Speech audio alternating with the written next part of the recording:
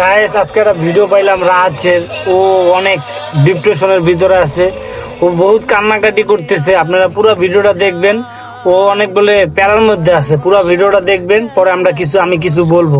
আমি কিছু বলবো।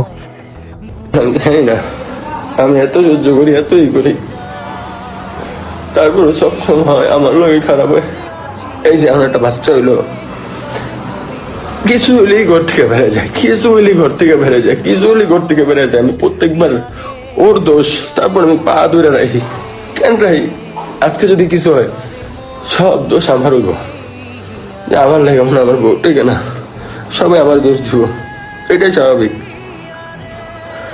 আমি যে কেন আবার বিয়ে করছি, আর মুখের ভাষা কেমন হইতে পারে সেটা তো আপনারা জানেনই, কারণ এর আগে আপনারা লাইভে তো দেখছেন এর মুখের ভাষা কেমন।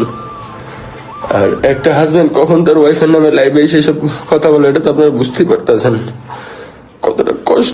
আসলে এটা মাগে গেছে আর কিচ্ছু না।